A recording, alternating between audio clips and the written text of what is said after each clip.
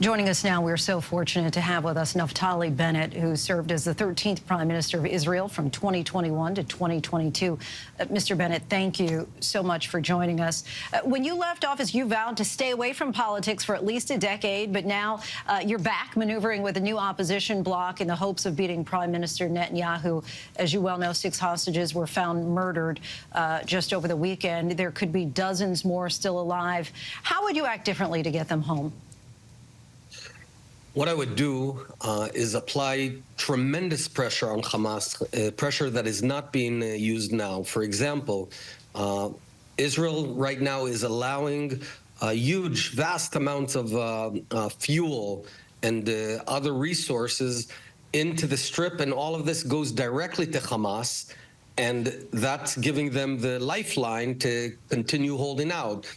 When President Biden was asked Monday if Netanyahu was doing enough to reach a hostage deal, he said point blank, no. Just tonight, Netanyahu's nemesis, Benny Gantz, said he does not look directly at the public and tell the truth. He claims Netanyahu is less interested in cutting a deal and more interested in simply staying in power by appealing to Israel's right. Would you agree? I think the most important thing in order to get this done is to apply tremendous pressure. And right now, we're operating at about 5% intensity. We have very few forces right now in the Gaza Strip. There's not a real war going on. There's minor presence of IDF. This is not how you win a war. If you want to win a war, you got to fight 200%, not 5%. And I would add, just as a question, because you're suggesting that it's not a full-on war, when you have more than 40,000 people who have died at this point, Palestinians, at what cost does Israel defend itself? Well, a great deal of that number, I would say over 50%, are terrorists. And I think we all agree that it's a wonderful thing when murderers and terrorists disappear.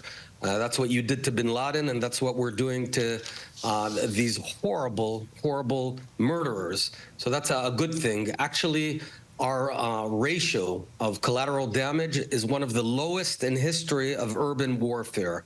Now, the fact that there are, let's say, 20,000 Gaza civilians have died, it's because Hamas deliberately wanted them to die because they embedded themselves within civilians. So the blame and responsibility falls only on Hamas, not on Israel. When you're a coward and you go and murder and rape Israelis, and then you run back and hide behind your own family, then you are responsible for killing your own family. You've said you don't believe in a two-state solution. Why not a two-state solution, and what would be your proposed solution? Because they'll kill us. There's no way to live in peace. Not with people who want to kill you.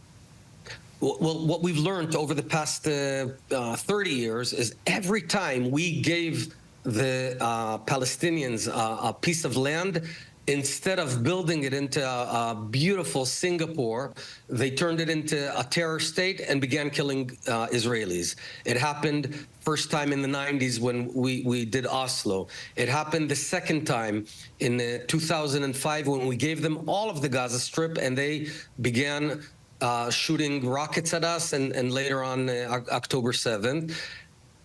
We're not going to kill ourselves a third time. It's a horrible, horrible idea to inject a terror state on our borders. But isn't Hamas separate from the will of the Palestinian people? The Palestinian people elected Hamas in democratic elections.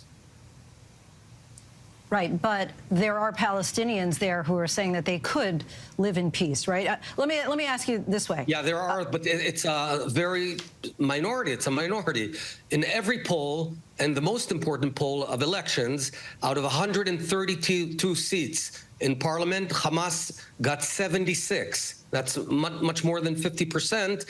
So if the Palestinians elected Hamas, and Hamas is a murderous organization, we've got a problem. I'm certainly not going to give these people an opportunity to kill me. So what's the solution in your mind?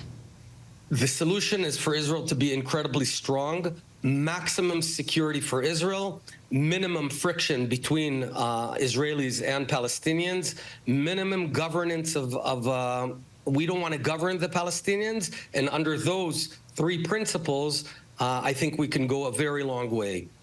Former Prime Minister of Israel, Naftali Bennett, we thank you so much for joining us. Really appreciate your time. Thank you very much.